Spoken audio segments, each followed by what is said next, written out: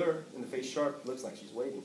Okay, so like if I'm shooting the bride costume bouquet, okay, so when she does this, how I always think about how much is her head moving versus how much is her hands moving, and how can I freeze her face without and still give that hand motion. You know what I mean? So that's always kind of like what you're thinking about when you're shooting motion. Because most time when people move, their head don't move that much. So if you see those night dancing pictures, their face might be slightly blurred, but enough, but their hands are all over the place. It still look like they're dancing versus they're just like, you know, people make those faces. It's all frozen. Yeah, so. Yes, yes. Yeah. So the shutter, that's the shutter controls. Okay. What do you recommend when you're shooting toddlers? Kids move a lot. It all depends. You know, how much light you have available, and if you're doing a studio or not. Outside. Outside with a lot of light, I would still shoot AV mode. Yeah, because there's so much light that the shutter's going to be high regardless.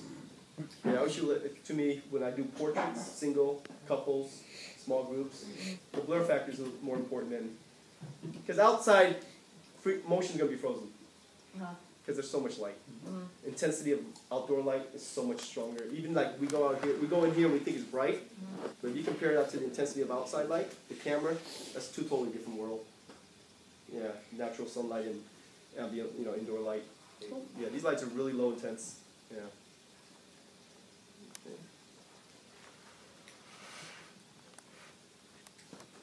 Back to this one.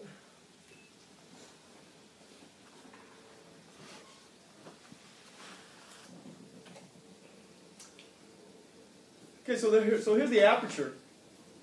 I mean, this is still the shutter. Same thing. It's 1,000th of a second. You know, everything is frozen. 30th of a second, you get that blur. And for most people, outdoors shooting at 30th second is pretty challenging because there's so much light. You know, a 30th second outside means different than a 30th second indoors. There's not a lot of light here. The way it gets recorded is different. So sometimes people can't hold their hand that still. Okay. Fast shutter speed, you can, you know, freeze anything, make it look solid. And here's a question: how can you do a night shot like this with slow shutter speed and not have a blur factor? Tripod. Tripod. You gotta have a tripod. Always gotta have a tripod. Okay, that's the only way you get away with it. And this is probably shot maybe if they're shooting at a a low ISO, 200. See, this is where a photographer to ISO is important because when you shoot like night photography, you shoot architecture, you want everything to be sharp. Sharp. You're buying, $1,000 lens. You shouldn't be shooting at 1600 shutter ISO. You shouldn't get all those noise. So they shoot really slow ISO, but they have to leave the exposures on longer, and they have to have a tripod. Yeah. So the aperture on your camera, the number means the larger the opening. The higher the numbers, the smaller the opening. Okay? It controls how much light pours into your camera when it reaches your sensor. So the more light, the more blur factor in the background. Okay? If you shoot anything at 1.4 or 1.2, you focus on their nose, their eyes will be out of focus. Okay? Because that's But the question is, why would you want that? Wait, did you say more light? Yeah, the more light. So the bigger the opening, which is the more light, is the smaller the number, and that gives you more of that blur factor. Okay.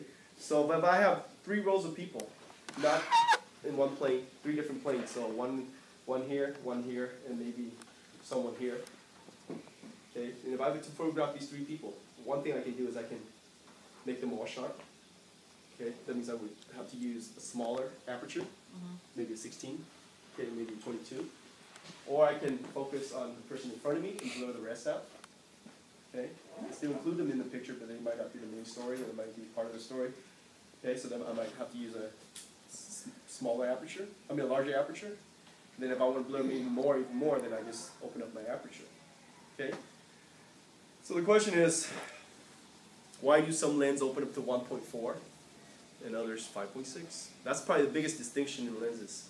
It's the ability to open up really large.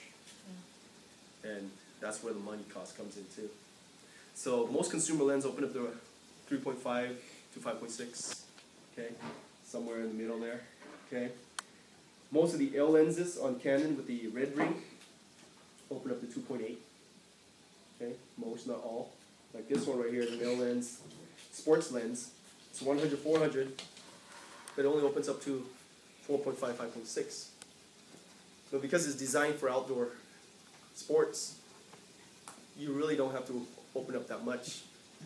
Okay, because it's all, you mostly shooting outside. Sports. And then you get to lenses that open up to like 1.2, which gives you that ability to shoot in really dim situation. So I'm going to shoot with this lens just so you can see.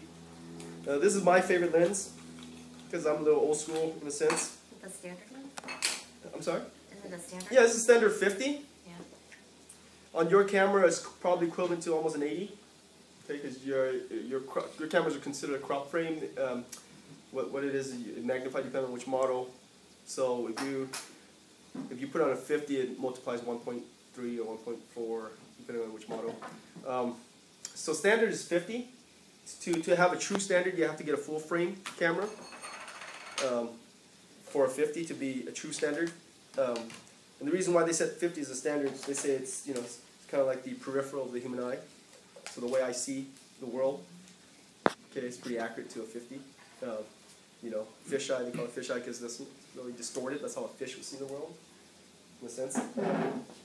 But you can also buy a 24 and put it on your camera. Be close to a 50. Okay, so you don't have to switch cameras. You just get a wider lens. Okay, so when Twan's borrow my fisheye, I tell him, you can borrow it, but it's not going to be a true fisheye. But he likes it, that it's not so distorted. Okay, so in other words, if you have two cameras, a full frame and a crop frame, that's great too, because one lens can kind of do two things. Okay. All right, so we're going to do this one with very dim light, okay? So that's why.